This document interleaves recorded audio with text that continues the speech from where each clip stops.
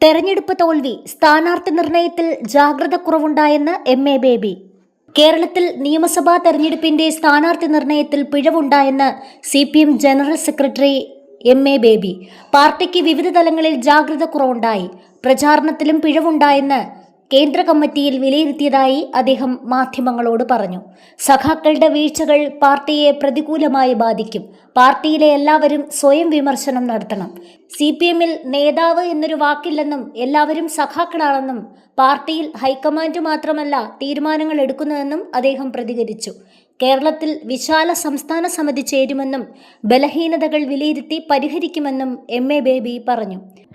ജനങ്ങൾക്ക് വേണ്ടിയാണ് പ്രവർത്തിക്കുന്നത് എന്ന് അവർക്ക് ബോധ്യപ്പെടുന്ന വിധത്തിൽ പറഞ്ഞു മനസ്സിലാക്കി കൊടുക്കുന്നതിലുണ്ടായ പോരായ്മയുണ്ടായി. അതിനൊപ്പം പല തെറ്റുകുറ്റങ്ങളും ഉണ്ടായിട്ടുണ്ട്. അതിൽ മനുഷ്യ സഹജമായ തെറ്റുകുറ്റങ്ങൾ ഉണ്ടായിട്ടുണ്ട്. അത് ചർച്ച ചെയ്ത് പരിഹരിച്ച് മുന്നോട്ടു പോകണം എന്നാണ് കേന്ദ്ര കമ്മിറ്റിയുടെ തീരുമാനമെന്ന് എം.എ. ബേബി പറഞ്ഞു. പയ്യന്നൂരിലെയും തളിപ്പറമ്പിലെയും സ്ഥാനാർത്ഥിത്വങ്ങളെക്കുറിച്ച് ഉയർന്ന വിമർശനങ്ങൾ പാർട്ടി പരിശോധിക്കുമെന്നും അദ്ദേഹം പറഞ്ഞു. ജനറൽ സെക്രട്ടറി മുതൽ ബ്രാഞ്ച് മെമ്പർ വരെ സ്വയം വിമർശനം നടത്തേണ്ടതുണ്ട്. വീഴ്ചകൾ എല്ലാവർക്കും ഒരുപോലെ അല്ലെങ്കിലും ഓരോ തലത്തിലുമുണ്ടായ പോരായ്മകൾ പരിഹരിക്കുമെന്നും എം.എ. ബേബി വ്യക്തമാക്കി. വിഴിഞ്ഞം ഓഹരി കൈമാറ്റത്തിൽ UDFനെയും മുഖ്യമന്ത്രി VD സതീശനെയും അദ്ദേഹം വിമർശിച്ചു.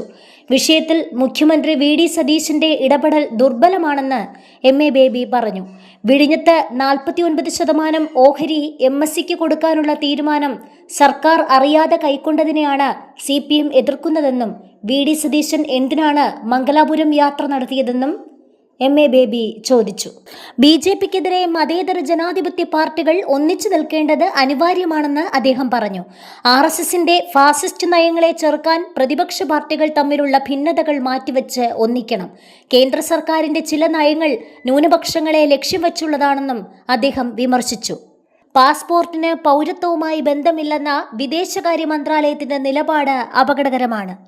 ജനസംഖ്യാ കണക്കെടുപ്പുമായി ബന്ധപ്പെട്ട ഉന്നതതല സമിതിയിൽ വിദഗ്ധർ ആരുമില്ലാത്തത് RSS അജണ്ടയുടെ ഭാഗമാണ്.